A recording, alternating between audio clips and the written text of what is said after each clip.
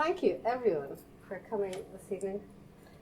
Okay, so my name is Lana Citron, and I'm a writer. I've been writing for years and years and years, and I've written novels, non-fiction, radio plays, lots of different things. And Edible Pleasures is my 7th book, and it's a cultural and culinary romp exploring the relationship between food and sexual desire. And I actually came to the subject by way of the preceding book, the book I published before, which was all about the kiss. I absolutely fell in love with the kiss and what it meant in our society and in our culture and all the myriad meanings attached to it. It was like absolutely fascinating. And it led me on to aphrodisiacs. So basically the difference, one of the main differences I found between kissing and aphrodisiacs, which I thought was really interesting, was that kissing is not a universal gesture. It's not practiced, romantic kissing, in every culture. But aphrodisiacs, or the taking of aphrodisiacs to stir sexual desire between people, is. It's practiced throughout history, from time immemorial, in every single culture. So all cultures use food to provoke, kindle, stoke, enhance, or prolong the ardor between the sexes. Eating together is foreplay to the main event. From fertility rituals, ancient Roman orgiastic feasts, nude dining, which was extremely popular in medieval times, to perhaps the more prosaic, romantic meal for two down in your local bistro, sexual hunger and physical hunger have always been allies. Ultimately, food represents life, or the essence of life. And when you think about it, until recently, about 200 years ago, most people were dead before the age of 50, right? So they didn't have that long to go forth and multiply. Many women died in childbirth. So it was all about reproduction, getting people to reproduce as many people as possible to keep societies going. Okay, so creation and reproduction were regarded as inextricably connected to nature. And the earth yielded sustenance, in effect, giving birth to food. Okay? So there are many incidences of early rural societies involving ritual intercourse around harvest time specifically, and also prior to planting, where seeds were enriched by the effluvia of human sex. It was believed that certain bodily fluids had life-giving power, and especially semen, and as such have been time-honored ingredients in aphrodisiacs.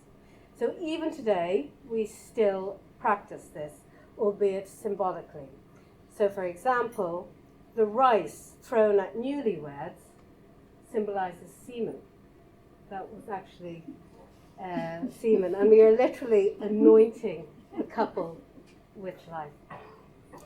Coffee, anyone? Common euphemism. So a Brazilian custom exists where, in order to attain the object of their desire, women offer their sweethearts a coffee made by straining the liquid through their dirty underclothing. Another one was ancient Greek courtesans perfumed their breath and erogenous zones with a blend of violets and their own natural perspiration and secretions, which would, it is said, alleviate the melancholia of the eldest men and torment the young beyond endurance. But besides the use of such secretions, food can also take on a sexual form. So you're all aware of modern day chocolate penises, and these are like really bland when we look back in time compared to like ancient fertility rituals, which included baked meats and breads in the shape of genitals, and especially penises. And even today we have the wonderfully phallic French baguette. The Latin word for oven is forno and is derived from the word fornicate. So to eat is a most intimate act involving all the senses: touch, taste, sight, sound, and smell, which is exactly like the kiss. And actually the kiss, it is said, is more intimate than physical sex. Can be more intimate. So going back to food, smell, of course, is the most sexual sense, and amorous desire begins in the nose due to pheromones. The smell of food is, if not erotic, then highly charged. Just think about truffles. In France, the intimate aromas a woman exudes is called her cassoulet. Italian grand seducer and poet Gabriele D'Annunzio, have I pronounced that right? Does anyone know him? I think he was a fascist, actually. Anyway, he wrote, and I quite like this, he wrote, "I always determined the sexual capabilities of a woman by the way she eats fruit. When testing a potential bedmate, I offer her an apple or a pear. Small mincing bites, the ladylike kind, they are not good. But if she crunches the fruit, salivates with pleasure, and crinkles her nose in enjoyment, this girl, my friend, should prove to be a redoubtable love partner." It will come as no surprise at all that the genders have different uses for aphrodisiacs.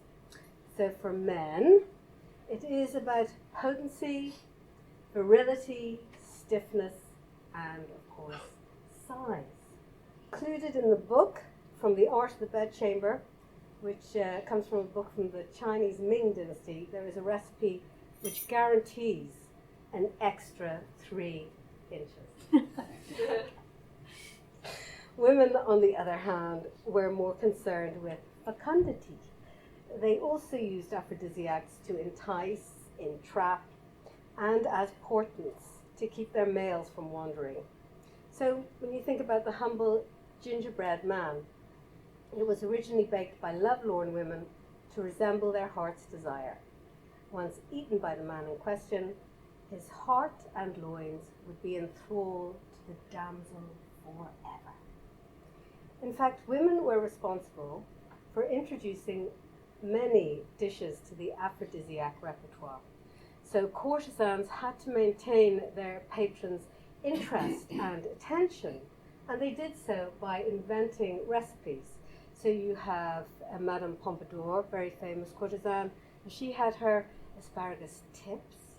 Mademoiselle Mars, who was a theatre diva, she offered an almond soup capable of restoring flagging spirits. And if not inventing dishes, women inspired dishes. So you can think of the ballerina Anna Pavlova, for instance. Then again, some women wear the main course. And I'm not talking about the women who lie down on the tables and you eat sushi and raw fish off their bodies. I came across this hysterical book from the 18th century. It was a bestseller, an annual, entitled Harris's List of Covent Garden Ladies. Anyone know it? I've heard of it. Yes, great. It's fascinating. And it detailed all the names and the specialities of London's prostitutes.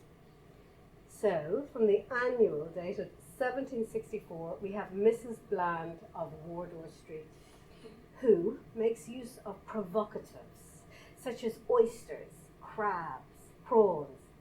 Harris notes her appetite is insatiable, and goes on to say that sometimes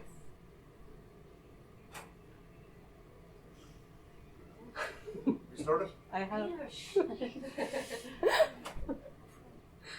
I'm talking about Harris's almanac, his list of Covent Garden ladies.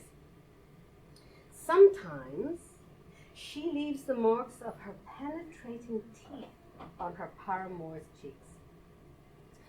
Of course, one man's pleasure is another's poison.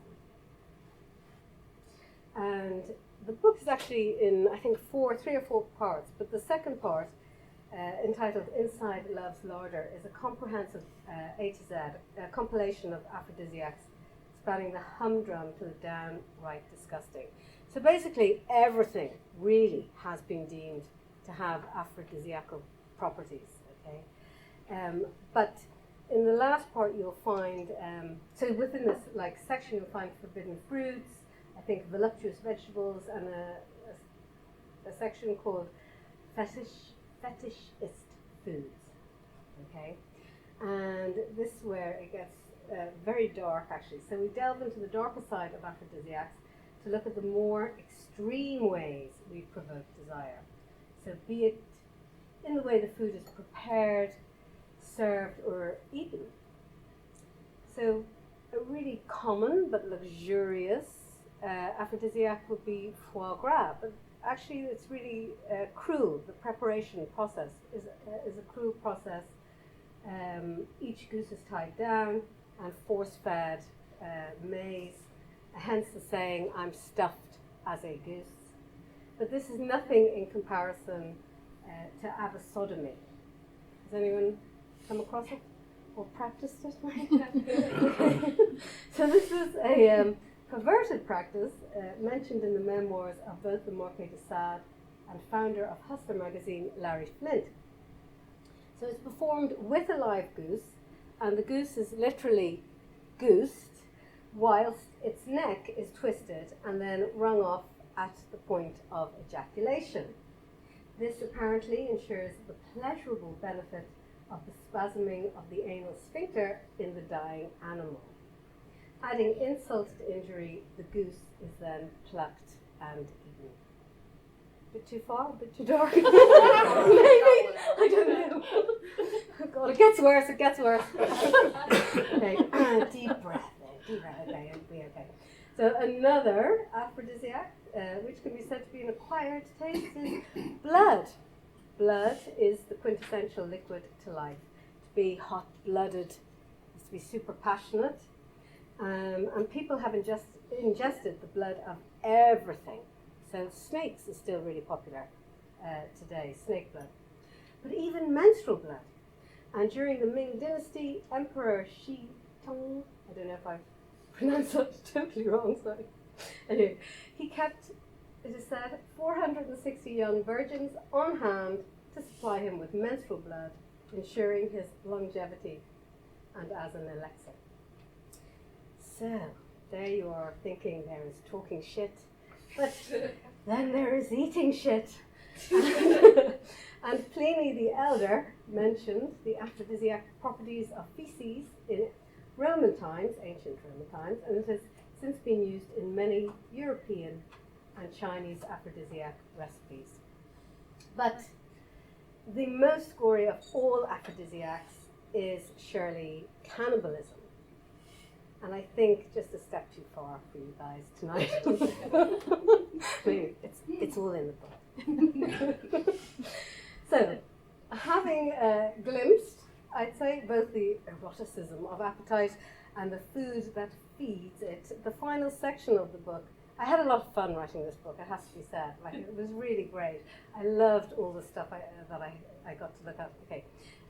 So the last section presents a diverse selection of recipes, and in amongst them are Casanova's oysters, popped cherry souffle, cunny linguine with Pietro's tongue, and Toulouse-Lautrec published this amazing book, and it contained a recipe for nuns' farts.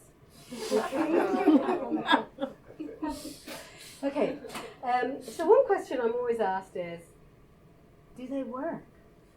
Well, yes, I guess, yes.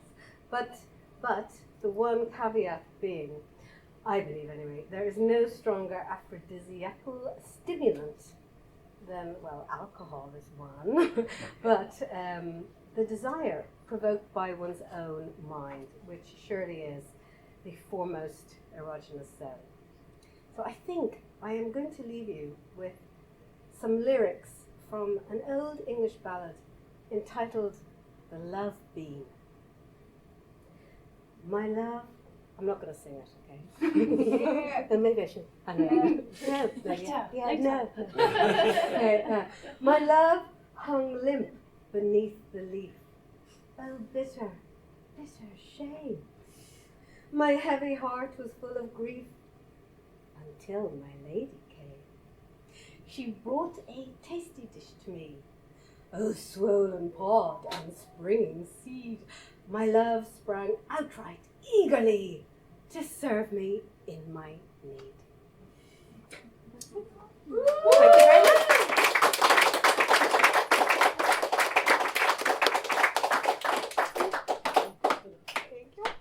Thank you very much. I feel I've not only been entertained, but I've learned lots of new things just in 10 minutes. So that was brilliant. Thank you so much. And Lana's book is here on our bookstore. Fantastic. So for our next reading, we're going to listen to an author who's new to us tonight, and her name is Sue Hubbard. She is an award-winning poet, novelist and art critic. She's published 5 collections of poetry: Everything Begins with the Skin, Ghost Station and the Forgetting and Remembering of Air, Swimming to Albania and Radium Dreams, in collaboration with the artist Eileen Cooper, RA, and a series of poems, God's Little Artist. Her novels include Depth of Field, Girl in White, Rain Songs, Mercure de France and Yillin Press, China, and Flatlands. Rothko's Red, her collection of short stories, was published by Salt. She's currently working on a 5th novel, provisionally titled 3, and that's what she's going to read for us today. Sue, welcome to Story Radio.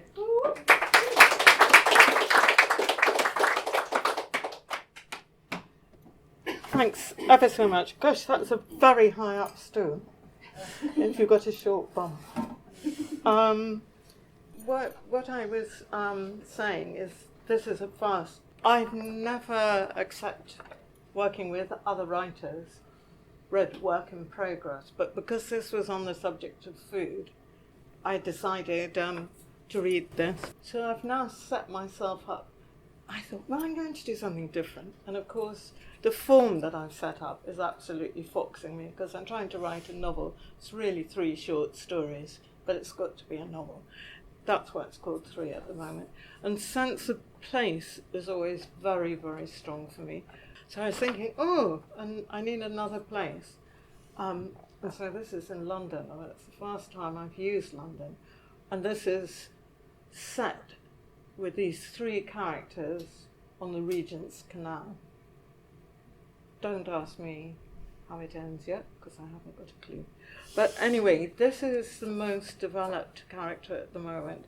This woman, Rachel, who's in her 60s, she's a psychotherapist, she's divorced, she lives in Islington in a bit of a big Georgian house when she once used to live in all of it.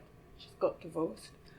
This is the first character, the first story, Rachel, and she walks every day with her dog that's called Rolly. He's actually called Roland Bart, but he's called Rolly. And she walks every day down by the canal, and she's thinking back into her divorce and also a past relationship that broke up. Her husband left her and took her son, so that was quite a long time ago. It took her years to get over the sense of betrayal, longer to forgive. Not that forgiveness was quite the right word, to stop feeling defined by what had happened, to let it go. Perhaps it simply required another turn of the kaleidoscope, so the pattern fell in a new configuration. Isn't that what she tried to help her clients do? Reframe their fractured lives. See things from a different perspective, so they could build the broken shards into less painful narratives. Wasn't healing simply a form of storytelling, where events were rejigged into a more bearable form? She'd spent years looking for a new script, going for solitary visits to the proms, to the BFI to see Truffaut movies, or Three Colours Blue. Set in Paris, the film stayed with her for days. The struggle of the woman played by the beautiful Juliette Binoche to pull herself back from the tragedy of losing her composer husband and young daughter in a car crash. Her journey through new love and the healing power of music. Isn't that what Rachel had hoped for? That she'd bump into someone with whom there'd be a spark, the chance to orchestrate things differently. It happened to others, so why not to her? She watched men in park cafes reading the TLS or in the art galleries of foreign sisters while travelling alone. She'd imagine their lives, their jobs, as she sat with her cafe latte reading Sebastian Barry's new novel, wondering whether they had wives and children or were single, and if so, why? Sometimes they'd look up from what they were reading and approach a chat and occasionally suggest lunch or a drink, but when she noticed the gold band on their fourth finger, she made her excuses and left. She tried Guardian Soulmates, even that mobile app where you swipe right to left if you fancy someone, like ordering up a pizza. But it wasn't for her, she was too old. Yet try as she may, she couldn't make sense of life alone. However she twisted that particular kaleidoscope, the loss of daily contact with her son took away the reason to get up in the morning. She sat staring into space. Hours passed when she did nothing.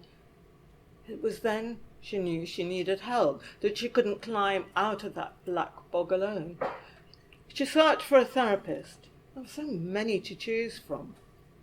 Specialists in trauma and sexual abuse, mindfulness and CBT. She tried a dumpy woman in comfortable baggy shirt and leggings, another who lived in a house on Highbury Fields with a Sean Scully painting on the wall.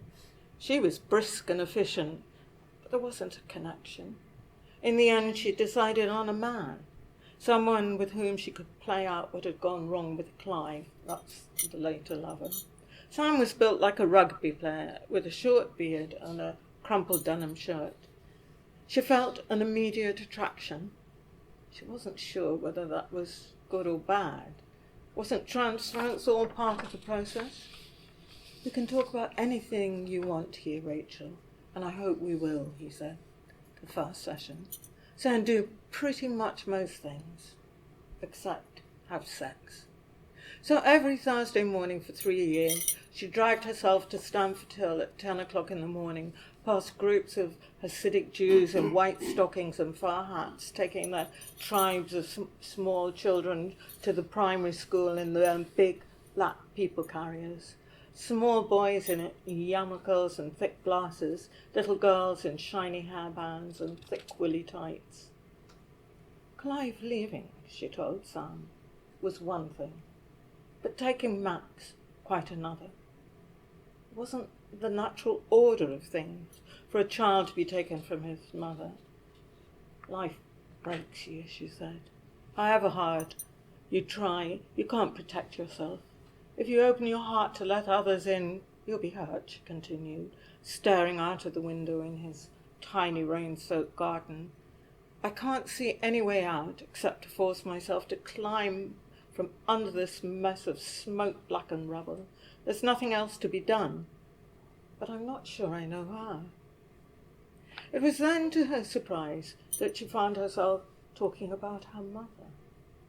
And when she told her that Clive was leaving and taking Max, that her mother had suggested Lucinda must be giving him something she wasn't.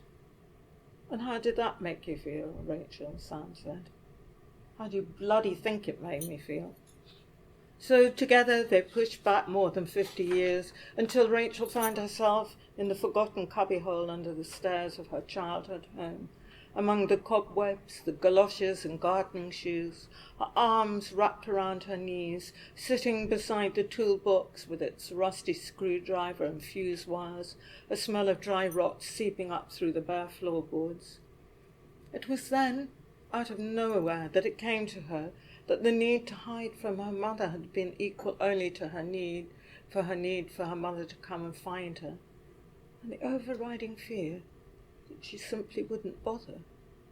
And she felt then, at the age of 8, that there was no firm ground beneath her, that the earth wasn't stable, and at any moment might crack open and she'd simply disappear. So at 10:45 a.m. on a grey March morning, some 50 years later, she found herself crying, great convulsing sobs that forced themselves up from her chest like some trapped animal from deep within. And she wanted then, more than anything, for Sam to get up, to come over and hold her, to put his arms round her and wipe the snot-wet hair from her cheeks. But she knew he couldn't. So they sat there listening to the rain smashing the early lilacs in his little garden, pouring from the gutters into the water butt. As she leant over, took a tissue from the box on the table in front of her, and blew her nose. That was the turning point. She saw Sam twice a week for another 2 years. After that, and told him things she'd never told anyone before, things she hardly dared admit to herself. She grew calmer, more assured, because he listened and didn't turn away. When finally she announced she was leaving, they hugged. It was the only time, and she could feel the warm bulk of him under his denim shirt.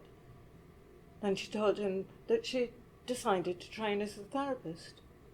If that doesn't sound too ridiculous. Not at all, he said. I think you'll make a very good therapist, Rachel. And as she walked out of the door and made her way home, cutting through Abney Cemetery past tombs of William Booth and the other Salvationists, turning down Church Street with its little cafes and second-hand bookshops towards Islington, his words felt like a parting gift.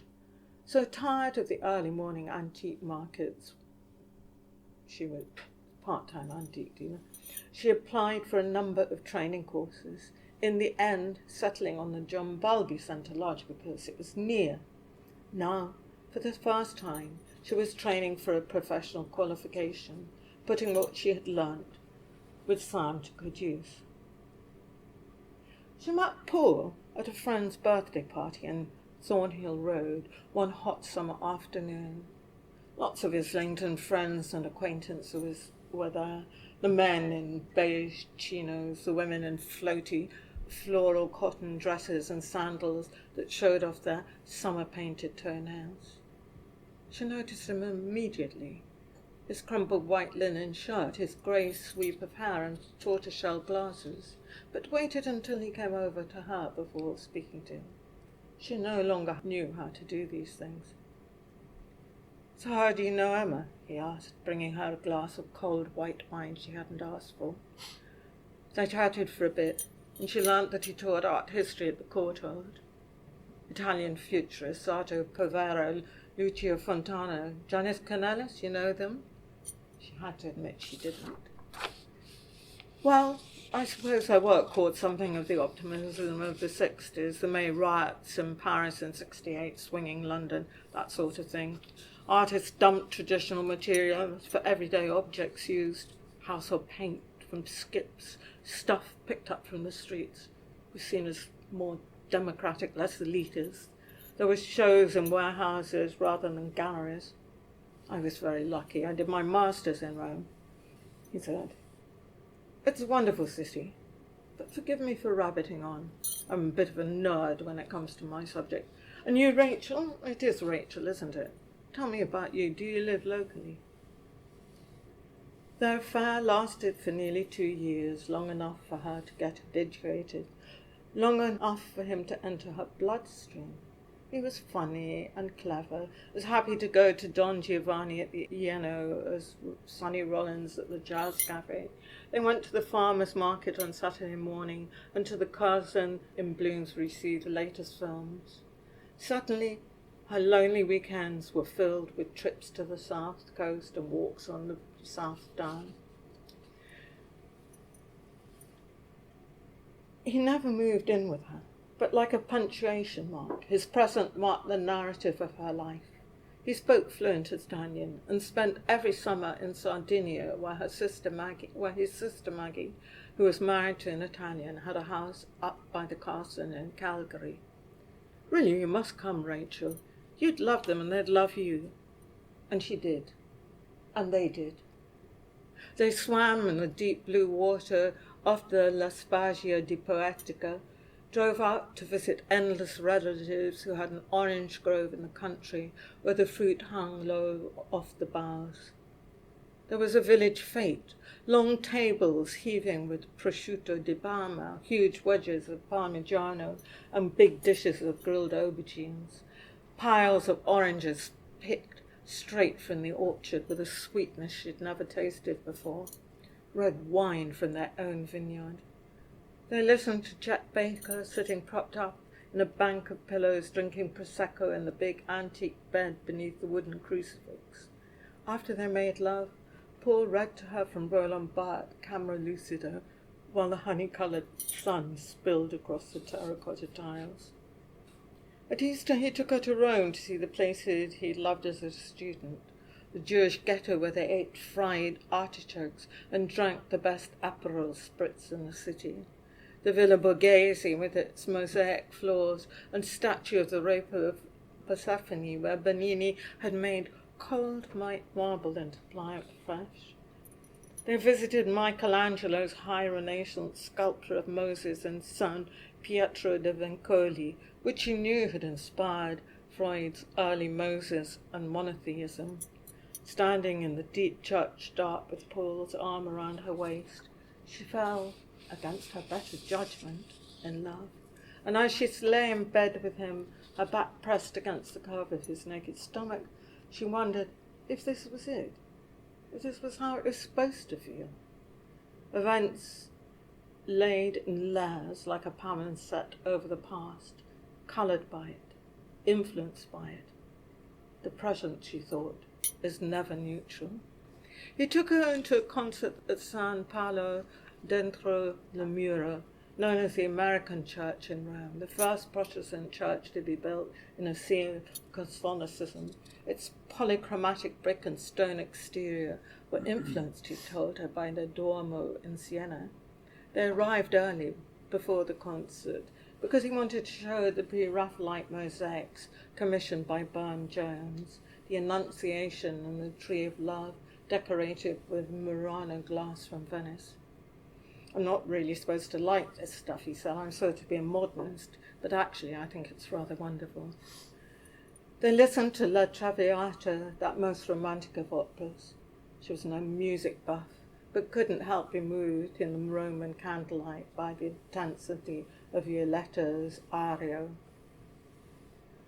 But the following summer, when he was giving a series of lectures for an American summer school on Severini and Carlo Cara in Trieste, she knew in her bones that he was being unfaithful. The course was full of students with Californian tans, long legs, and lames like Candy and Cindy, who thought it part of their summer experience to bed their silver-haired art professor. He called less, and when she tried to call him, his phone went to voicemail. She couldn't bear the dissembling, the lies and excuses. She thought of Sylvia Plath and her attraction to the chronically unfaithful but charismatic Hughes, and his Jewish lover, Asia, who claimed he smelt like a butcher in bed. Paul had something of that destructive magnetism about him too that made women seek him out like bitches on heat, and he seemed hard-wired to respond. So though terrified of being alone again, she somehow found the courage to end it, deciding on dignity and sanity, accepting that, like it or not, this was now her life, her patients, her friends, her granddaughter Millie. It took a long time to put herself together again. She didn't expect to feel such intense grief again, assumed it would be easier the second time around, but it wasn't. She'd fallen so deeply that, like an allergy which flares up with too much contact with the contaminant, it was worse. Everything she'd ever read about attachment theory didn't help one bit. She couldn't get up in the morning, cancelled clients, and hardly ate. And slowly she became bored with her own emotional maelstroms and started to sort out her small kitchen, to cook, making the comfort food remembered from her childhood. Eggy bread with thick white doorstops of stale loaf dipped in yolk and parmigiano, fried in butter to a deep golden brown. Rice puddings, the kind her mother with her post-war cooking skills used to make. The milk, sugar and cinnamon forming a burnt crust. She didn't care if she put on weight. She just needed to fill the pool-shaped hole in her life. Gradually, the process of finding a sharp knife, of chopping potatoes and slicing onions for a shepherd's pie, stopped the ruminations, and her tears became onion tears rather than those of anger and self-pity. For ages, she didn't go out.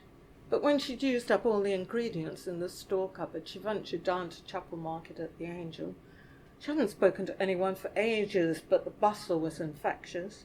Indian man selling suitcases and mobile phones, the woman with purple hair who sold outsized bras and big knickers, the wet fish stall and the greengrocer's shouts of half a pound of mush for a quid, and he'd take us for half a pound of mush for a quid, connected her to everyday London going about its business, indifferent to her grief. She bought a bag of shiny aubergines. In her kitchen, charred the skins over the gas hob to make smoky baba ganoush, grinding them in the stone pestle and mortar with crushed garlic, tahini, lemon juice and latings of olive oil, which she ate with hot homemade flatbread straight from the oven. She bought a tray of fat purple plums, punnets of raspberries and blueberries to make fruit crumbles that filled the kitchen with a sweet, heart-warming smell, sat in front of the steaming bowl, watching the vanilla ice cream melt to marble swirls in the magenta juice, then went for a run on Hampstead Heath to burn off the calories. After a few weeks, some of the stallholders at the market began to recognise her, would shout out, "Hello, darling," as she went past with her canvas shopping bag, and she'd smile, annoyed, feeling herself slowly being pulled back into the world. She went to Caligari again, this time on her own, the summer before lockdown, to have some sun and read for a course she was preparing for trainee therapists, to lay some ghosts. She didn't contact Paul's sister, but took a tiny studio in the old town just off the Piazza Genni, with its statue of Carlo Felici, the 19th century Sardinian king dressed as a Roman soldier. In the narrow streets, the wrought-iron balconies were decked with pots of training geraniums, and lines of washing hung like bunting from the high windows. Above, workshops crammed with upholsterers, picture framers and cabinet makers. She wandered round the archaeological museum with its statues from the Bronze Age. Strange animals and warriors in short tunics and armour lingered over the pearly greens and incandescent blues of second-century glass vessels, the Iron Age boats and ceremonial swords unique to Sardinia, marvelling at the decades of culture and how these ancient artifacts were more easily recoverable than the fears buried beneath the layers of shame and remorse of her patients. No wonder Freud's desk was covered in archaeological artifacts. He knew psychoanalysis was a journey, an uncovering, that what affects us has its roots buried in the past.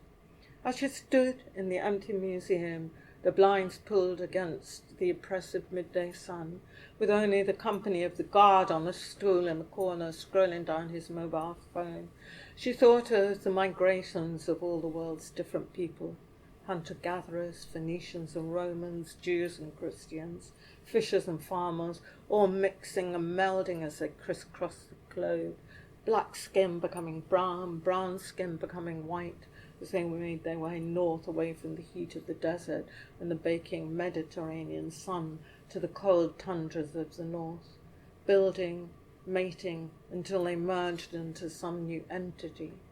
Now new migrations were arriving in Sardinia and Lampedusa in leaky rubber boats, risking their lives, driven out by drought and poverty from the African subcontinent. She thought of her own origins, the reasons why her white-bearded grandfather had left Odessa in the 1890s. She knew so little about him, or the pogroms that must have forced him to flee some impoverished shtetl to settle in Whitechapel, when all along he'd probably meant to go to New York. Memories shift, she thinks, with the stories we carry in our blood. We imagine ourselves a single, cohesive identity, but are all Mongols at heart. Leaving the museum, she wandered to the municipal gallery, a terracotta building set in the Garden Publique, where in the intense afternoon toddlers were skidding up and down the gravel paths on scooters, while their mothers chatted in the shade of the big oleanders. The galleries were refreshingly cool with marble floors and blinds drawn down against the afternoon. She stood in the empty room in front of the strong-limbed women by Carlo Socrati, their hair pulled back in severe buns, fascist mothers and wives who reminded her of Paula Rego's painting of her Portuguese childhood under Salazar. Then she climbed the flight of stairs to the three Mirandas. Later in the museum garden, she stopped at the little coffee stand for a macchiato, enjoying a shot of bitter coffee before strolling through the University Botanical Gardens. Later, she drank an Aperol spritz alone in the main square, surrounded by couples chatting in the warm evening air. Sipping her aperitif, she read an essay on attachment theory that suggested a child deprived of consistent, sensitive care at an early age grew up anxious and fearing rejection. She knew she'd always sought unsuitable relationships with men who never valued her or had been true. Each time she optimistically hoped it would be different, until finally she understood the old adage that madness was doing the same thing over and over again without a different result. When she couldn't string out her Aperol spritz any longer, she wandered back to her little studio. At the far corner of the square, two teenage girls, all sun-kissed and short skirts, were discussing the merit of ribbed versus flavoured condoms for sale in the public vending machine. Idly, she wondered what she'd do if she was taken ill. Who she'd tell? Of course she was being ridiculous. Being in Sardinia was hardly the equivalent of setting sail single-handed off the Atlantic. The next day she caught a bus to the beach and swam alone, remembering how Paul had pulled her playfully under the turquoise water. She could feel his tongue in her mouth, the taste of him mingling with the salt, his hard, brown body pressed against hers beneath the briny waves. And for a moment she couldn't bear it, the cold, lonely thunder stretching up ahead without any intimacy or touch, the smell of sex on her fingers. It was all too much. Then she climbed out of the sea, towel-dried her hair, put on her shorts, and went up to the beach restaurant. Sitting at a table looking out to sea, she ordered pasta frutti di mare and half a bottle of local white wine. Sucking the thick tomato and garlic sauce out of the black mussel shells, she watched the fiery sun fall into the sea and the sky turn pink. We're all just a hodgepodge of our past, she thinks. At some point, we all come up against the reality of middle age and our collapsed hopes and dreams. Understand, we can't bend the universe to our will. Maybe if she could finally throw off this constant yearning, she'd be able to reclaim her life. She sat there for a long time with her drink, watching the sun set until it grew dark and the stars began to appear in the velvety blackness. There's a small light within each of us that allows us to see possibility, to seek out music and poetry, rather than becoming submerged by the shadows. That's it, she thought. That's all there is. The beauty and the frailty. Then it struck her that if she wasn't exactly happy, she was at least at peace.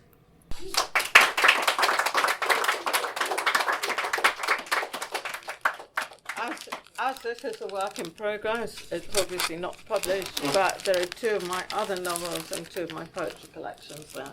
One set in Ireland and one set in the east of England. Thank you so much. Thank you very much, Sue.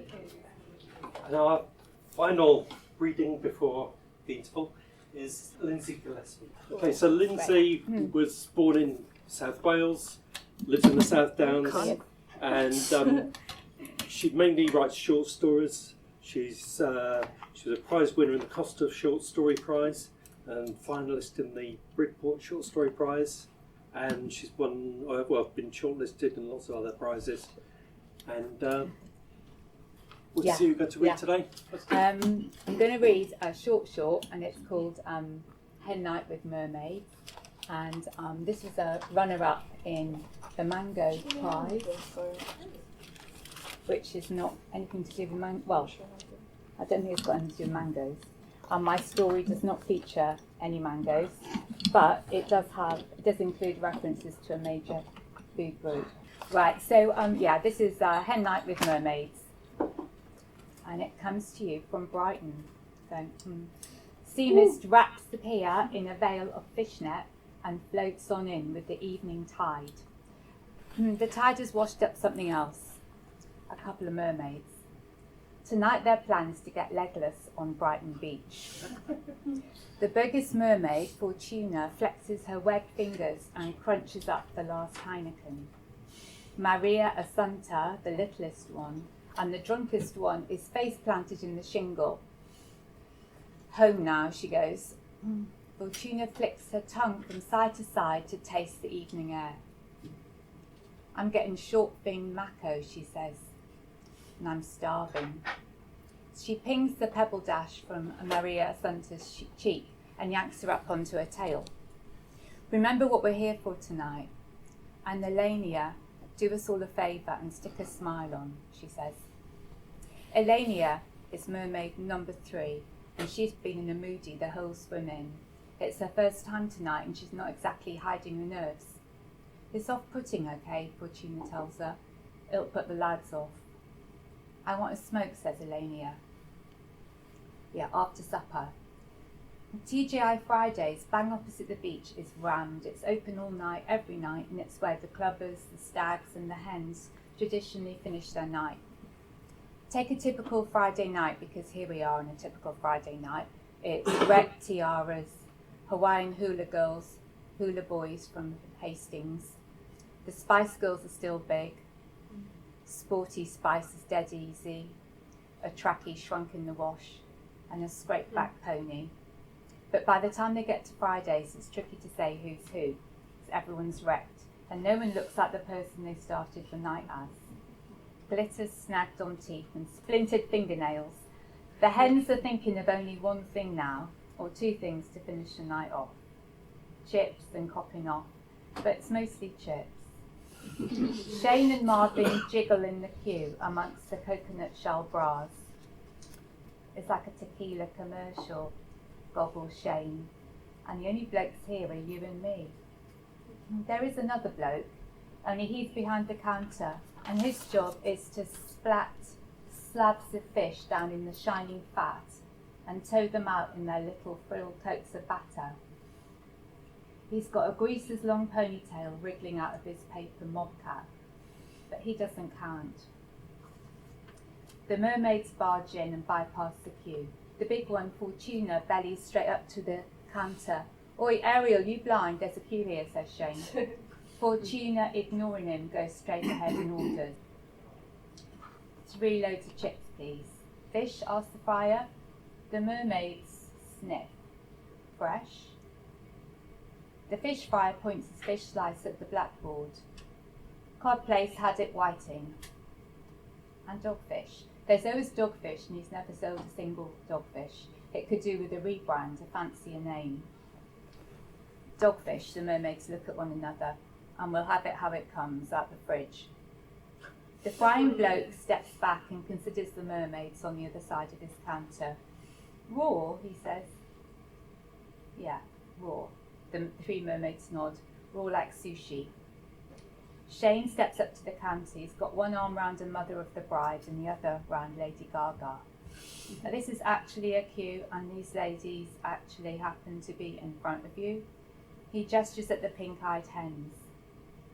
Though Marvin swears it wasn't him, someone starts it. Fight. Fight. It's turning into a proper Friday night. Marvin is always up for a bit of debate, a bit of argy-bargy. A chip fight will do. Ladies and gents, says the fish fry, but then that's all he says. He's uncertain. He picks up the salt shakers and he starts to rattle them like maracas to change the tone, lighten the mood. Salt, he says, vinegar, say when. But Elenia, the middle-sized mermaid, she won't say when. She likes watching him. The juggling fish fryer. Fortuna turns to the boys and the pissed hens. We'll fight after, she says. Maria Assunta finger combs her aqua ringlets, and she leans over the counter and says to the fish fryer, "You know your dogfish is cat shark, actually." The fish fryer thinks they're the best mermaid hens he's ever seen, especially her, the littlest one, her skin white as cigarette paper, her lips lustrous and ketchupy, and her smell. The shop stinks of it, the sudden reek of what the high tide leaves behind after a winter storm. The mermaids leave. They drift down onto the black beach to eat their dogfish and chips. And Marv stares at them wobbling legless out the door. Lady Gaga pokes Shane and Marv. "You said you were going to tell them." Cutting in, barging, freaks. "I will, I'm going to tell them. Stay here a minute, look after my chips." And Shane plunges out onto the beach. Then Marv follows. Down by the groins, the mermaids aren't eating their chips. Too hot. "You blow on them like this," says Fortuna. "Those girls with the legs, that's what they were doing." Maria Assunta turns around. "Those lads, they're coming. I'm going to be sick again." Fortuna digs her nails in and scrams Maria Assunta's cheek. "Don't you dare. Tonight is hard enough as it is. Make like you're having fun, and you're so not coming next year." The beach stones chink like glass as the boys lumber and lurch. "Mermaids, okay if we join? Trade you a vodka for some chips?" Fortuna, mistress of ceremonies, nods and takes a swig of warm vodka. If all goes to plan, like other years, they'll get the job done in 10-15 minutes, and they'll be home by daybreak. Marv moves in closer to Maria, and she gives him a chip. "You'd never know," he says, "but I've actually got a tattoo of you, or someone who looks just like you on my bum. Want to see?" He's fiddling with his belt when a seagull dive bombs him. He flaps his arms at the bird. When the bird bombs them again, Elenia moves quick. She shakes out her green hair like a fishing net and traps it. Rips the head off. And she chews a mouthful.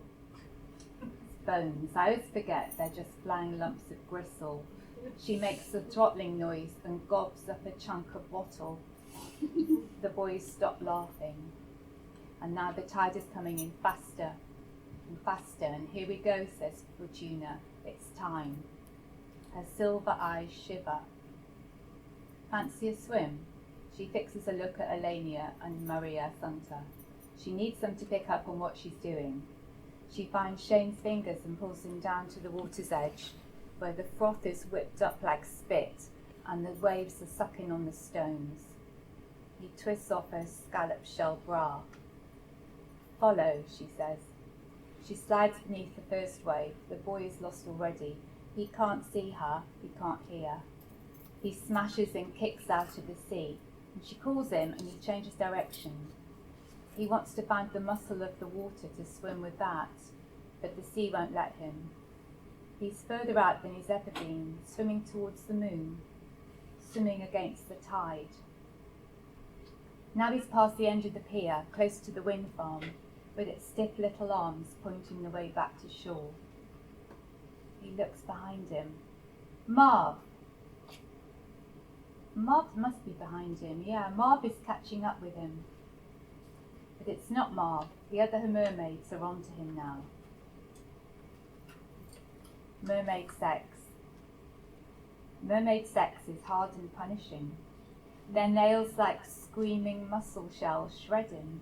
Their tongues are thick and long as an octopus's arm, pushing down his throat. They choke him and they take turns to empty him. And the biggest mermaid raises her head, opens her jaws of razor teeth, and bites his throat. It's over. They're done. 3 early morning fishermen out for summer mackerel find him. They haul him out. He's wrapped in ribbons of skin. His groin is bright magenta. Lucky we found him, they say. Lucky we turned back. That sky was all weirded up. Must have been him spooking the catch. They found him by the trench, and all the wrecks are down there in the trench, all the dead men. The first wreck was the Fortuna. She went down in 1897. The Maria Assunta, she sank after World War II. And the last one was the Elenia. She was the last of the shipwrecks. 6 months later, the mermaids will lay their egg cases down in the sea gardens and in the cave where snake block anemones live. They will weave the big egg cases amongst the gutweed. Those are the ones you most often come across, the ones that wash up after a storm. If you find one, best put it back and let the next tide chase it out. The end.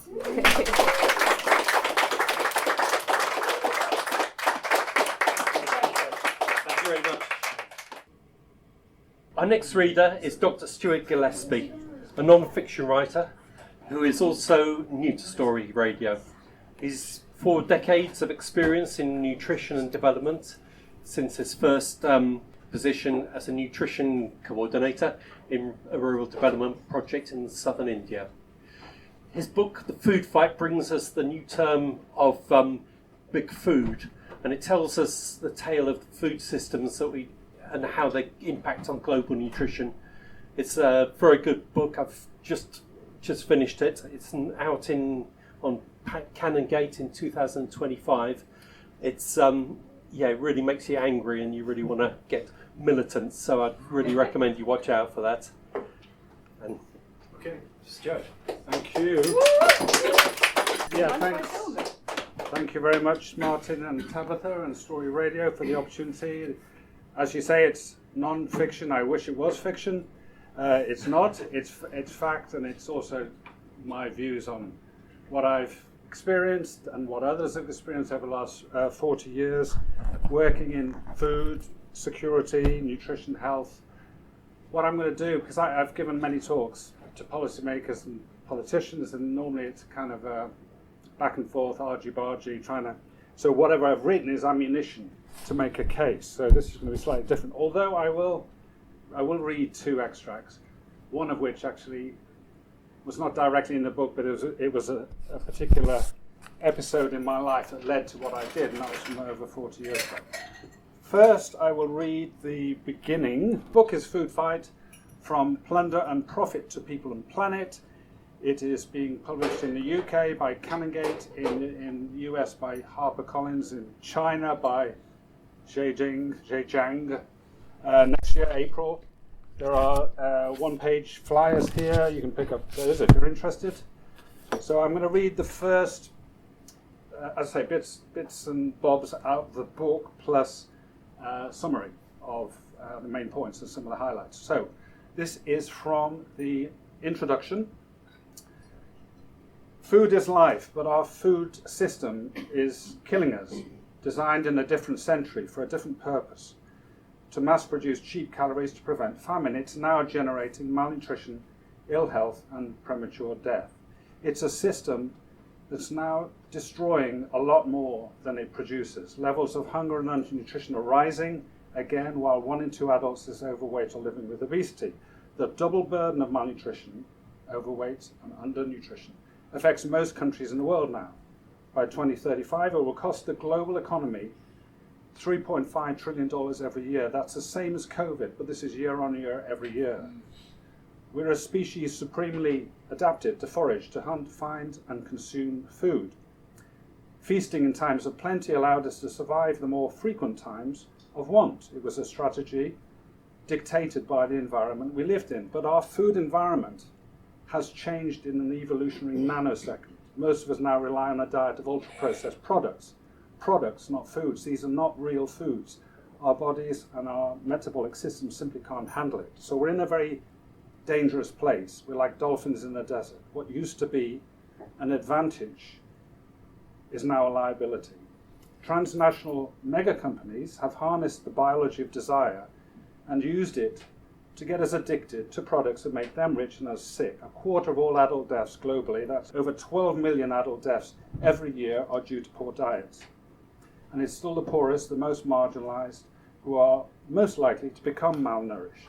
And when I say malnourished, it includes both undernutrition and overweight and obesity, to get sick and to die too soon. So the problem we now face is the very simple fact that our global food system is a massive anachronism. In the last century, it performed miracles, but in this one, it's a source of jeopardy. Over time, it's become sclerotic, it's now making us ill, it's destroying the planet. We should not speak of reform and repair because it's not actually broken. The system we have is working exactly the way those who control it want it to work. For capitalism to sustain itself, it needs to generate profit. And in 2025, it's written for next year, after nearly 50 years of neoliberalism, the most profitable food system is the one that manufactures ultra-processed products, which are marketed aggressively across the world. We've become hostages to this system. So the book, just to say a few words about the book, the way it's set up, there are four main parts to the book. The first part is called Cascade, because malnutrition, undernutrition, overnutrition, climate change, pandemics are interwoven. They all feed off each other in these negative spirals. So we're in a situation of cascading crisis. So in the first part, called Cascade, is where I talk about, actually throwing a lot of data, talk about personal stories, give some of the numbers behind this. For example, 1 in 3 people on the planet is malnourished, in some way under or over nourished. We have many situations. When I started working, it was mainly looking at child hunger and undernutrition, mainly in Asia, and spent a lot of time living in India, which I'll come to a bit later. And over time, we began to see the situation was changing. We still had undernutrition, but we were getting a lot more overnutrition in terms of overweight and obesity generated by this massive, very rapid change in our food system, which was being driven by large multinational corporations. So the second chapter is called Damage, and that's where I look at the effects on health, the effects on survival.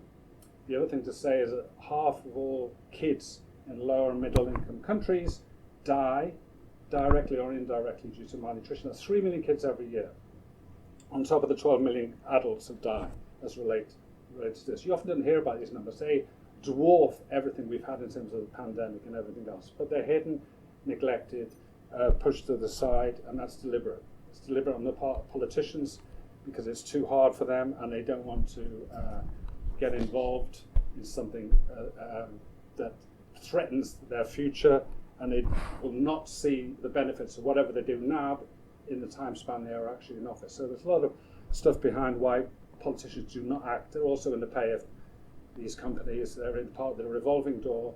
They're looking for the job and they move off into the next corporate situation. That's part one. Part two is the history. Part two is called regime, because these are food regimes. They're not eras as such, because regimes relate to power. The first part of that is colonial. We look at colonial history, with especially sugar. Look, following sugar through history, from sugar slavery right the way through to the massive overconsumption of sugar now. And then we look at, then the next chapter is the Cold War, 30 years post-war in terms of ramping up production of staple foods. And then getting to a position where, in around 1975, 50 years ago, the neoliberal era started. We had Margaret Thatcher, we had Ronald Reagan, we had a massive shift to deregulation, unfettered capitalism, and we had food companies stepping in and taking advantage of that.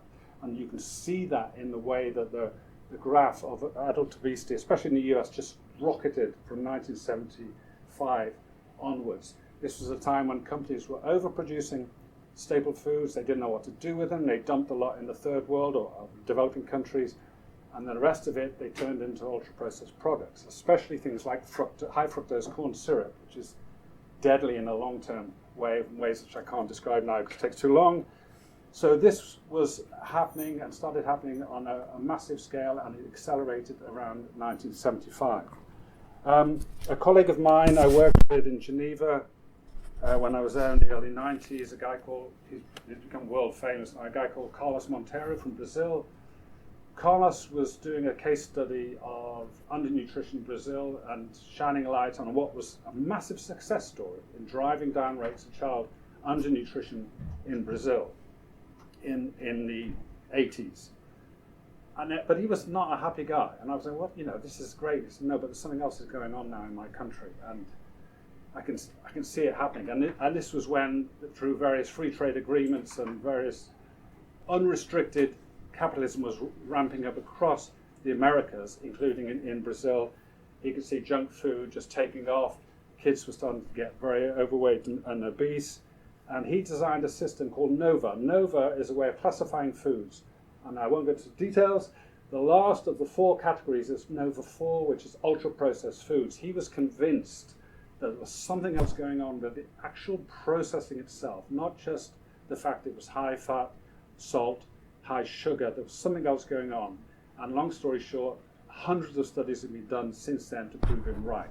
There is a massive series of insults to the body and health and survival and mental health as well. There are interactions with social stress and anxiety and depression and suicidal ideation related to the types of foods or products that are consumed that he had anticipated. These products, I won't call them foods, they're fake foods. These products do 3 things. They displace diet, they displace natural, healthy diets in countries, and this is all across the world. They're engineered for overconsumption. They're hyperpalatable, and then the third thing is they are addictive. They've looked at MRI studies of kids and looked at which parts of the brain fire up on consumption of some of these products, and there are higher levels of addiction compared to nicotine and alcohol, and these are kids, and that's a lifelong potential addiction. So they're very dangerous products. The diet of adolescents in this country, 70% of it is ultra-processed. It's one of the highest in the world.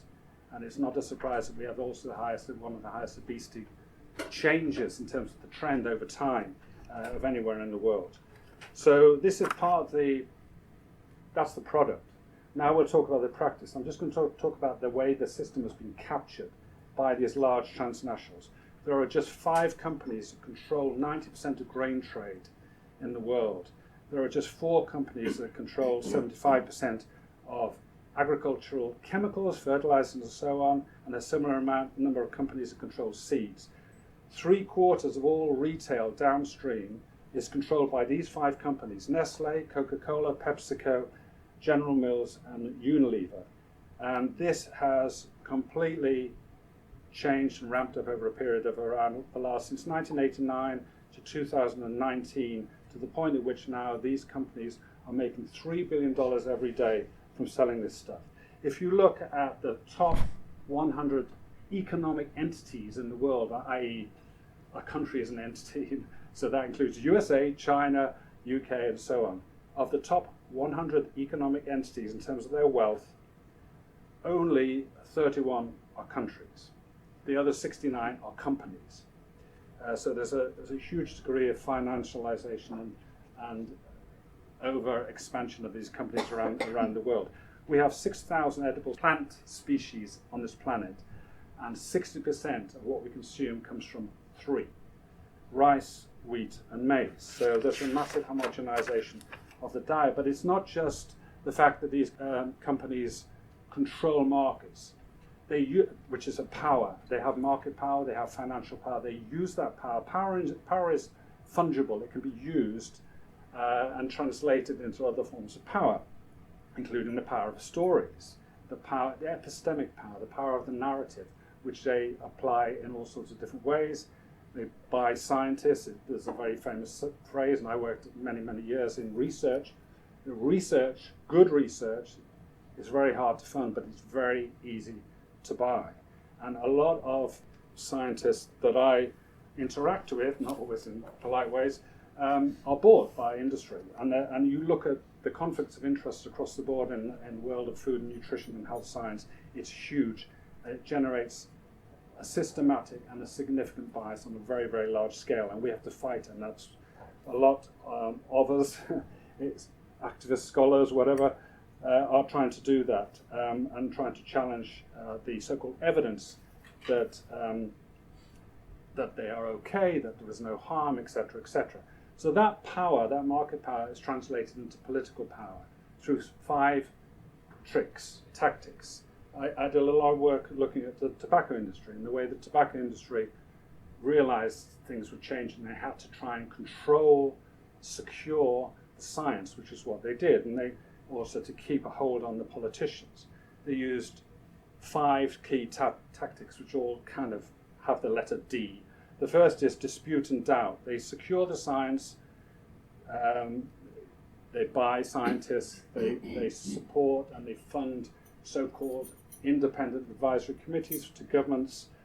I won't go into detail, I don't have time. The second D is distortion and deception, whereby, and then part of this is lobbying. Lobbying is a kind of legal form of distortion in terms of cherry picking of evidence to feed to politicians. We have in this country, in the UK, the weakest and most untransparent lobbying disclosure rules. We don't know what goes on. They're supposed to be transparent. We're supposed to know who's lobbying which politician for what purpose and what's the outcome of these meetings. There's a register, but there's nothing in there.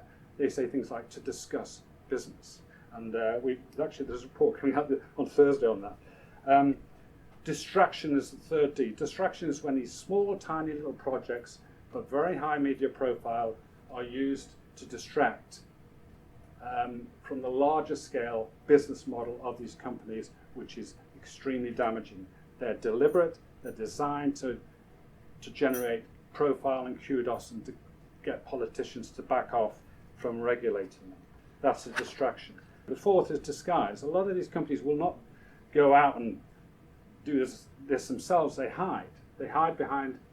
There's a whole series of Trojan horses that are trade associations funded by companies to go and do their bidding, to take on activists, to take on politicians, and so on. The fifth is dodge, and that's really about tax dodging. They're so huge, these companies, they can shift tax around from different jurisdictions, so they actually end up not actually paying tax. It's worse than that.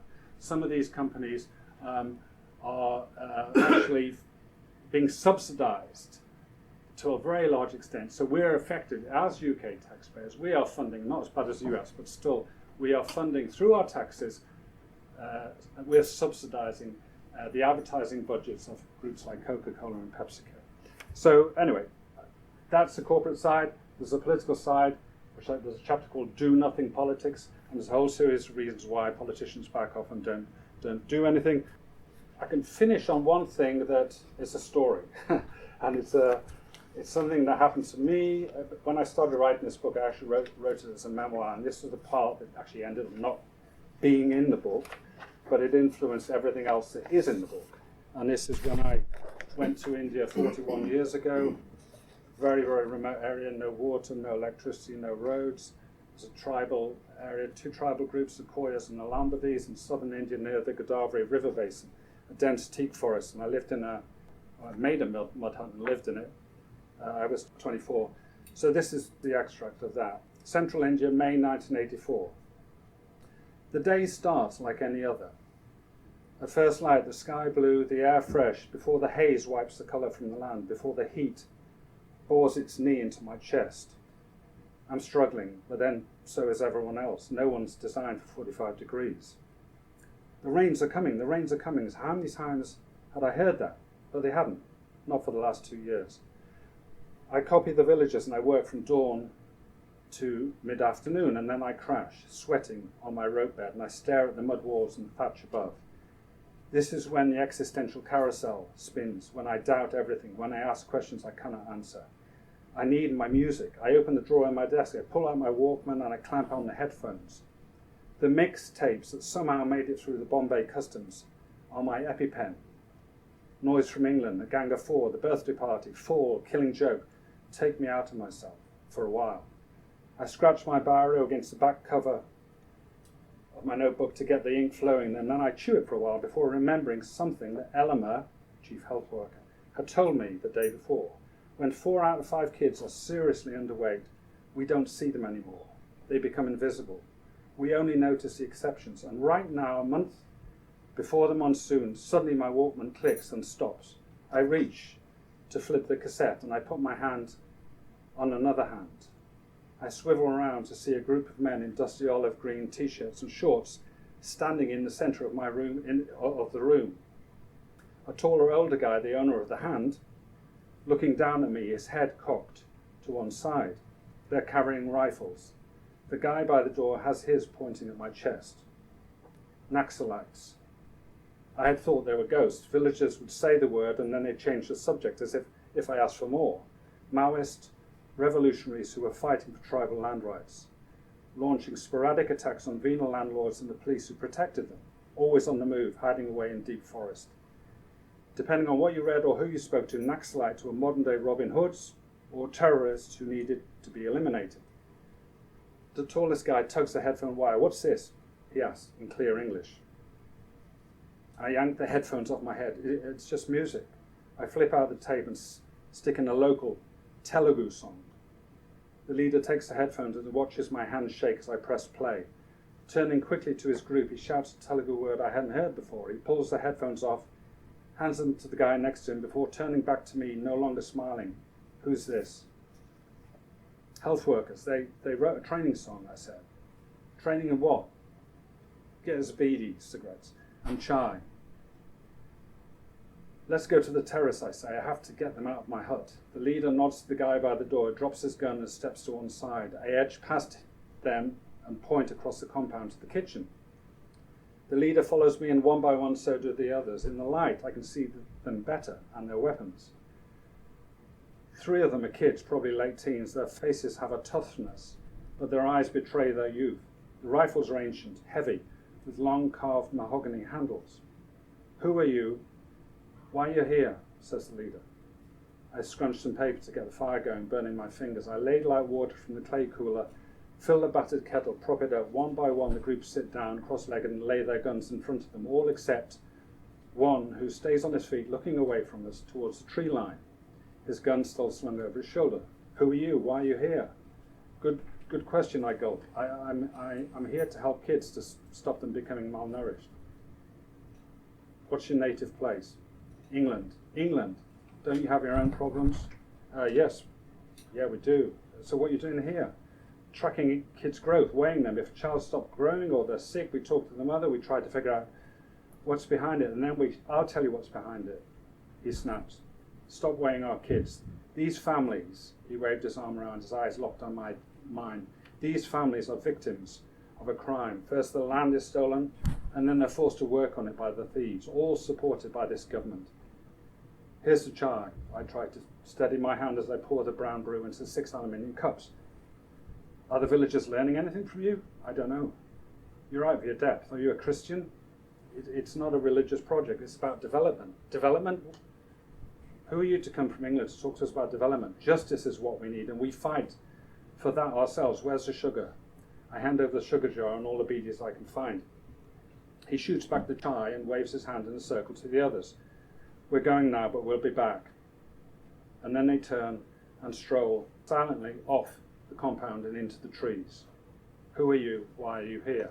So that was a pretty kind of profound thing, and I've learned a lot more about the Naxalites. What was interesting, well, several things after that. 40 years later, in the New York Times wrote an article about the neighbouring district. This was just last year. And the sugarcane workers, 82,000 sugarcane workers in that district who were working for Coca-Cola and PepsiCo, mostly young women, many of them forced into illegal child marriages. 1 out of 3 of those women had had hysterectomies forced upon them so they could keep working. That was still going on. It's a form of slavery and bonded labour at that time. So I kind of went full circle back to the beginning, but that's the end of my story. Thank you.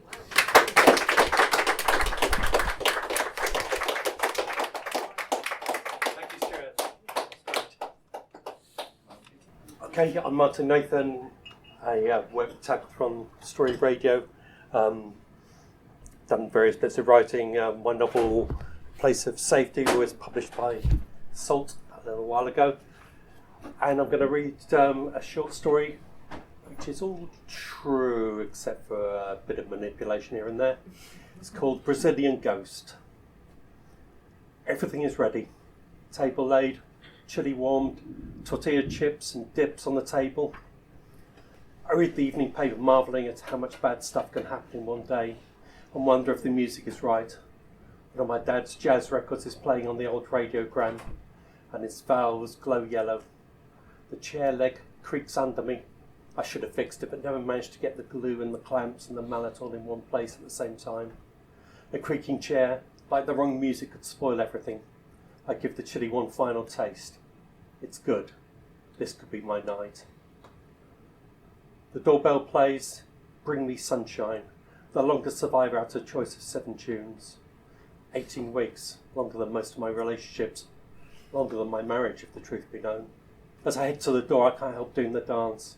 Rice and chili, in your smile, cheese and tortillas, all the while. I know it's just a social occasion, but the points don't matter. But I owe it to Danny to make an effort. Where did you get the meat from? What chili peppers did you use? How did he chop the onion? What does the recipe say? I'm ready for their questions. I open the door. They pile in, squeezing my hand, patting my shoulder in an explosion of sound and movement. So much talking. You took your time. Did we wake you? Have you started cooking yet? Andy, Paul, Ray, Carol? Carol? I'd forgotten about Carol. She joined the section a few months ago, with Paul showing her the ropes, as he likes to say whenever he can. She kept saying no when he invited to our chili nights, but this time she said yes. I wonder what Danny would think. Everyone grabs a drink, but Carol wants a caipirinha. I've been set up, I think, but she pulls the ingredients from her bag and starts mixing. I lived in Brazil and we drank these all the time. However down you are, they pick you up and make you happy. Do you want to try one, she says. I do, and so does Paul. How long have your chili nights been going, she says, as she stirs the ice. It all started 10 years ago. Our friend Danny invited us round to his new flat. He was so proud of that place, all blackwood and chrome. He had this row of chili plants all along the windowsill that had grown from seed. He sprayed them with water every day and wiped their leaves. Lush pods, orange, red, purple. And then he served us the best chili con carne we'd ever tasted. After that, chili nights became a regular thing. After he'd gone, we carried on in his memory. That's nice. Carol sips her drink, leaving a lipstick smear on the glass. I've got the best recipe for chili. Maybe next time. Andy jumps in. We use Danny's recipe. Always. Carol hands out our drinks. You never try anything new? Andy shakes his head. We follow Danny's recipe to the letter. It's about being true to his memory. It's all about authenticity. I could get a taste for Carol's drink if only I knew how to pronounce it. She shakes her head. You guys are weirder than I thought. We head into the other room and I clear a space on the sofa. Cheers everyone, here's to another chili night, the season finale. Who will be champion? Andy smiles. He has the highest score so far. We all raise our glasses. To Danny. It's a sad moment as we reflect on his absence. But it's time to start dipping. Tortilla chips, salsa, guacamole. Danny never made any ruling about dips. And they're not scored, but they set the mood. They have an influence. I wondered how Carol would fit in, but it's fine. Everything is fine. Paul tries to engage her in conversation, but she's avoiding him. She gets up and approaches me. What happened to Danny, she says. Autumn is beginning to bite. The chili's bubbling, and I add a drop of vinegar and give it a final stir. Andy gets another beer. Jesus, Tim, Will you clean this fridge since your wife left? There's new life forms developing here. Carol comes in to get the bowls. I'm sorry, she says. I didn't realise it was all good to talk about Danny. It's fine. Danny and I trained together and then we worked in the same team for years. But people come and go. He obviously meant a lot to you. It's no big deal, he had his ways, but deep down he was a good guy. She looks at Danny's recipe stuck above the cooker, even though I have it memorised. Clip art tortillas and brown minced smears. We treat it like a religious text. We argue about interpretation and challenge deviations. I'd like to go to Brazil one day, I say. It's an amazing place. They live life at a different level. Have you travelled much? Not really. I don't tell you I've never left the country. I married young and we had no money. I've been paying for the divorce ever since. All work and cheerleading nights, she says. Tragic, isn't it? But everything has changed now. With my redundancy, all my debts have gone. Free at last, she says, and smiles. Make the most of it. I intend to, I say. As if I have a plan, all I've done is apply for the jobs just like the one I've left. Things go quiet in the other room.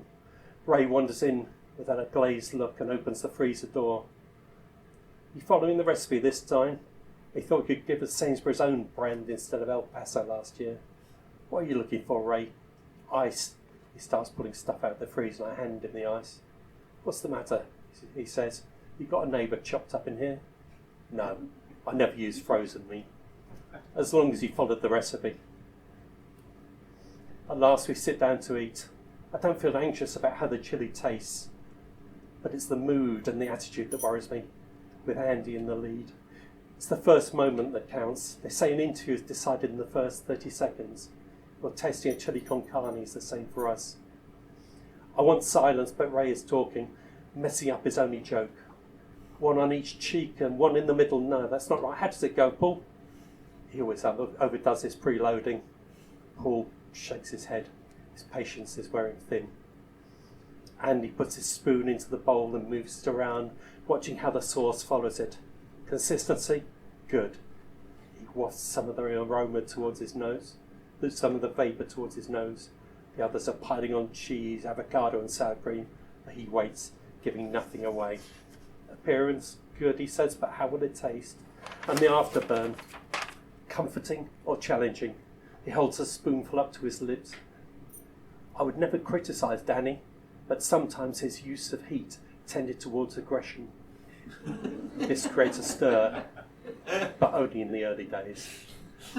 I watch their faces as they eat, but we've been doing this for too long now for them to give too much away.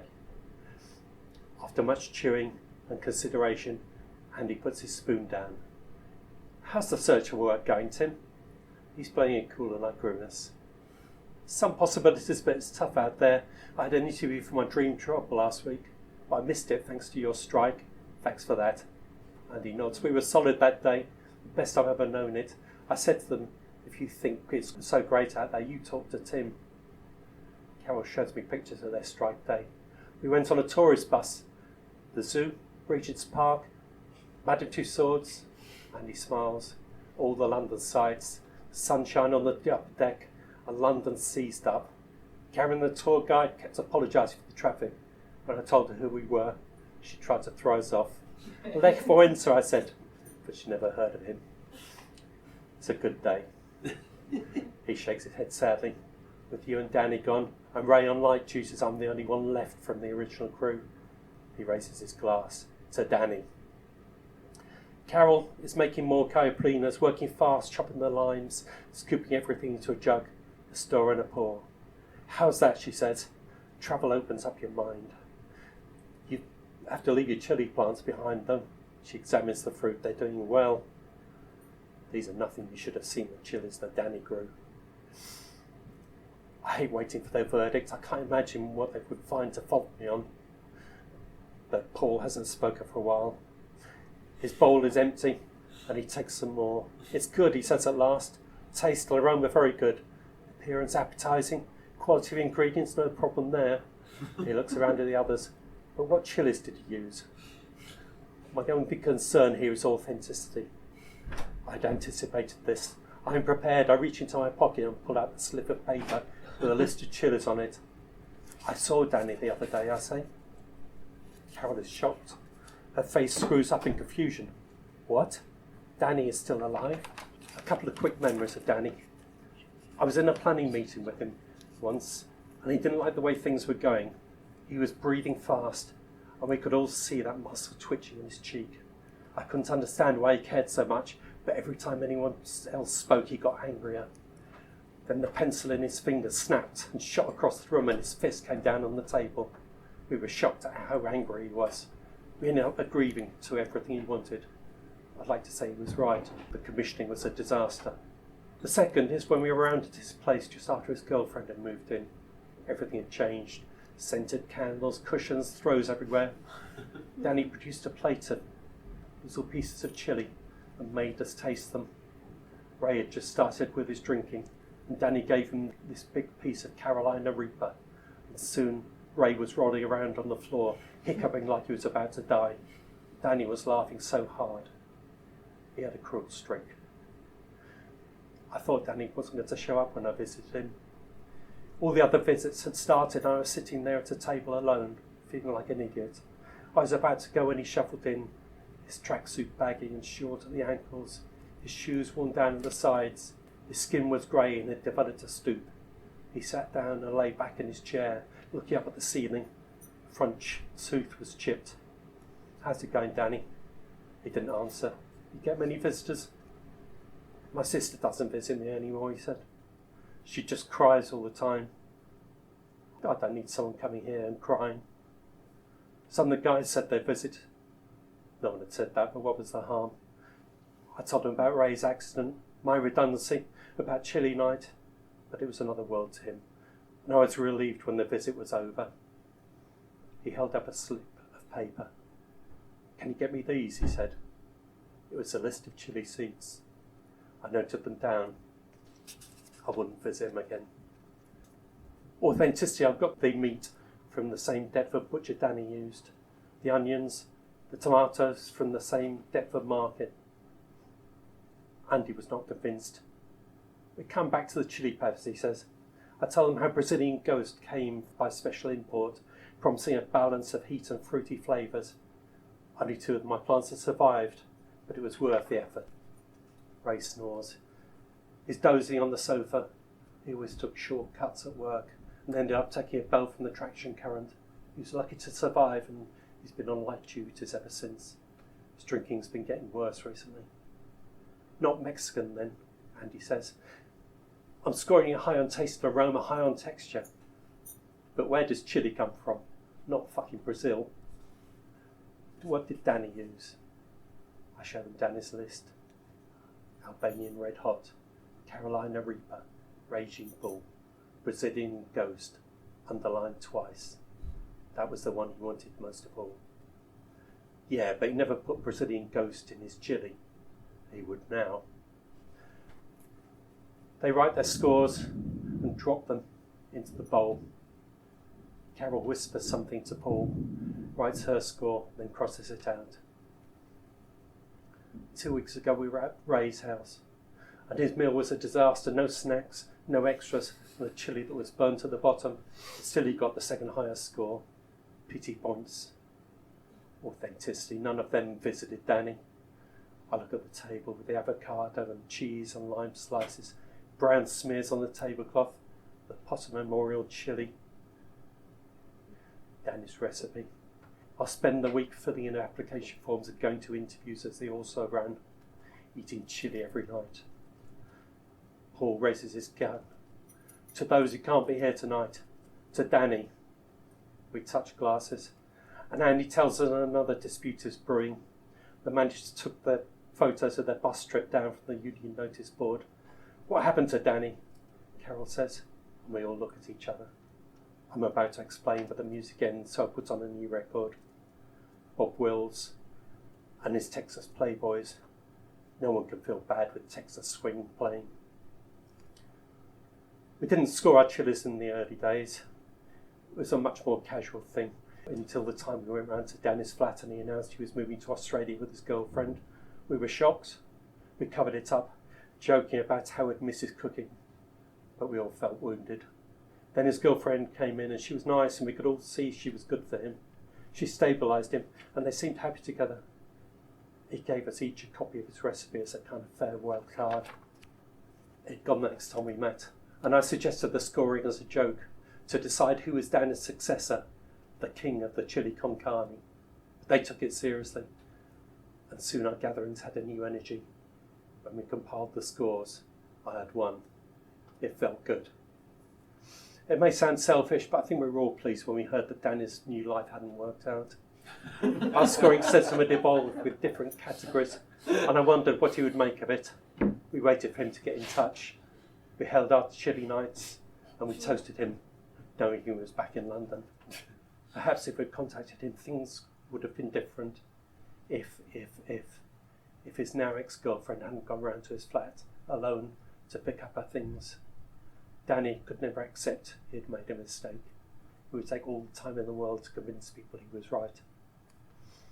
I clear the plates and bring out the cheesecake. We don't score desserts. Carol is busy searching on her phone for the details of Danny and her face changes. This is it. This is what we're celebrating. I should have planned for this.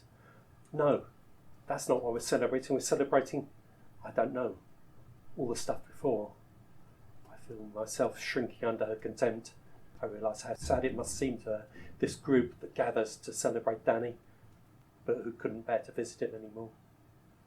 The stuff before. She grabs her coat and pulls it on, but the arm is inside out. You haven't given us your scores yet, Paul says. You got me here without telling me this story. You made me a part of this. Things erupt for a while, but then she gets tired of arguing and flops down in the chair, her coat still half on. Andy tries to get Ray a taxi, but no one would take him, so he ends up back on my sofa. Paul and Andy head off. I'm ready. I just need one more chance to explain to her. We don't celebrate what he did, just the years of friendship. We're not bad people. All she says is thanks. It's been instructive. I don't know what it is you celebrate, but it's been authentic. Don't leave, I say, but she's already gone. That's it. Over. No more chili for a year. Carol found all the details. How Danny kept his ex-girlfriend trapped in his flat for a week, and the neighbours heard his relentless talking as he tried to persuade her she'd made a mistake. She must have reached a point of just wanting an end to it, however it came. And when he stopped talking, the end was brutal and used all the resources of a well-fitted kitchen. His lawyer asked me to be a character witness, but I didn't answer. What could I say? Danny made a good chili. He cared for his plants. Ray snores on the sofa as I cleared the plates. Then I noticed Carol's slip of paper under the table. I add up the scores. She didn't let me down. I'm back in top place.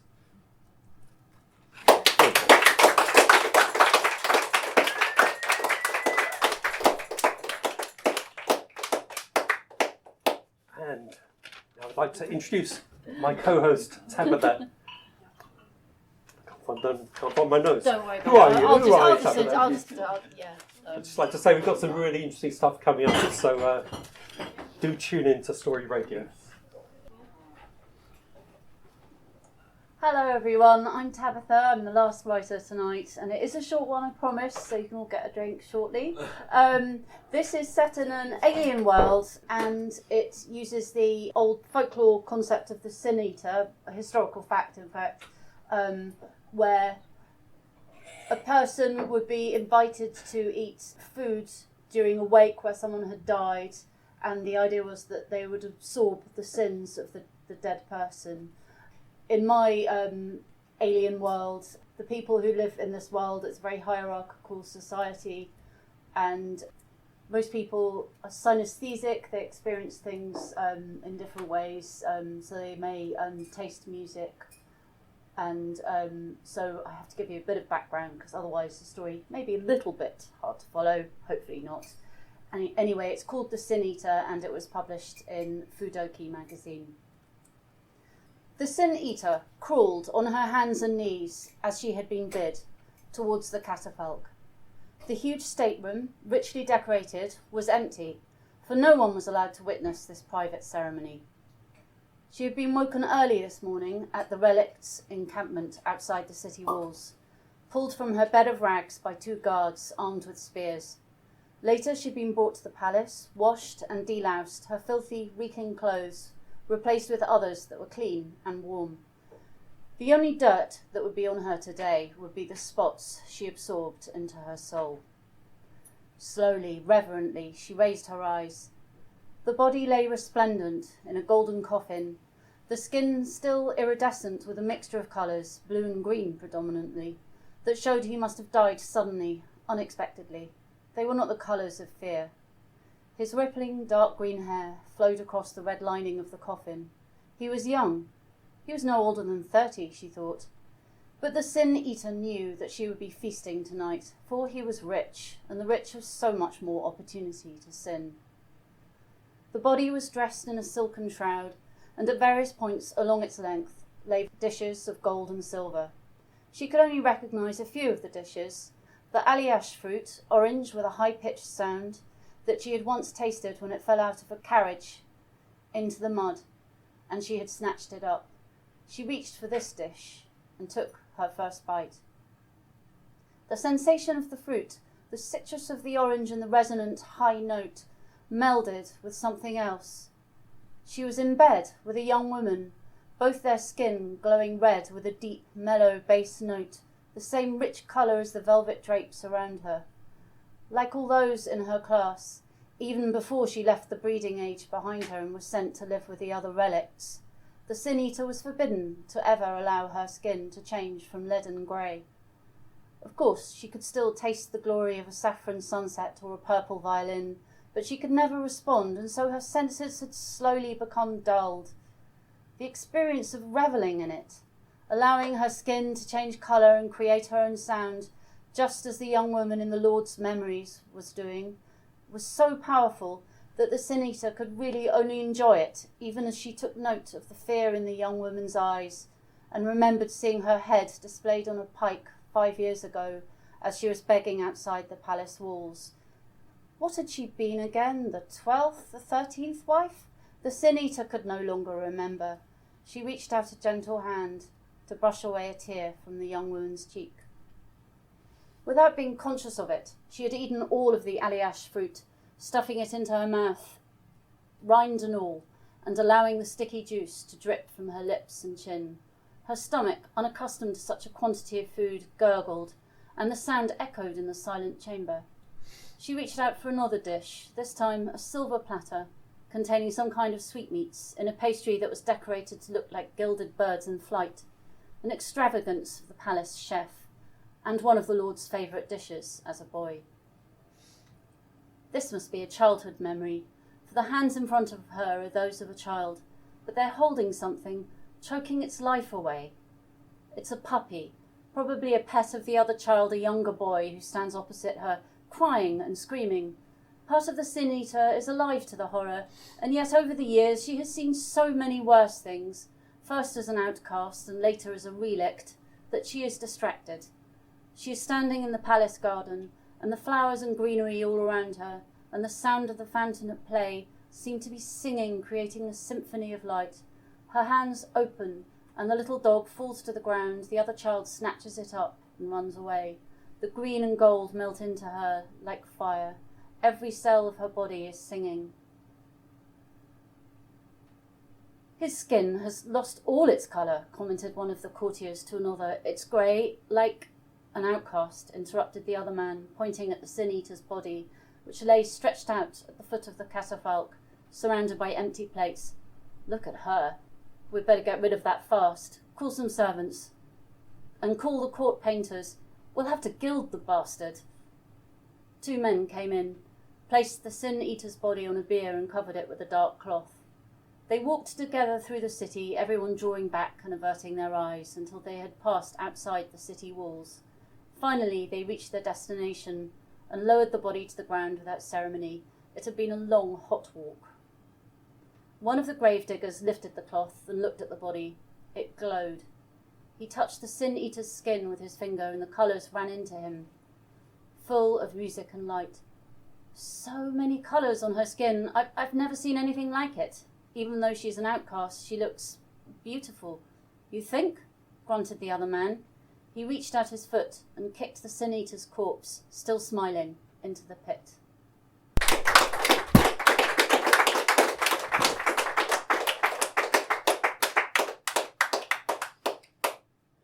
Thank you so much, everyone, and could we have a round of applause for all the writers? Thank you so much.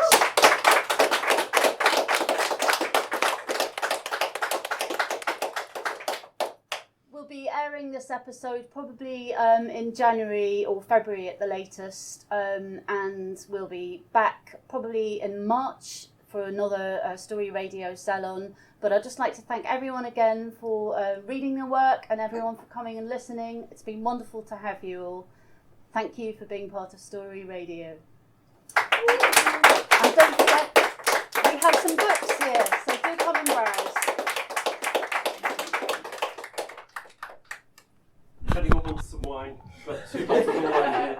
It's a free for all. Is that going to go on the podcast? Yeah. Should be.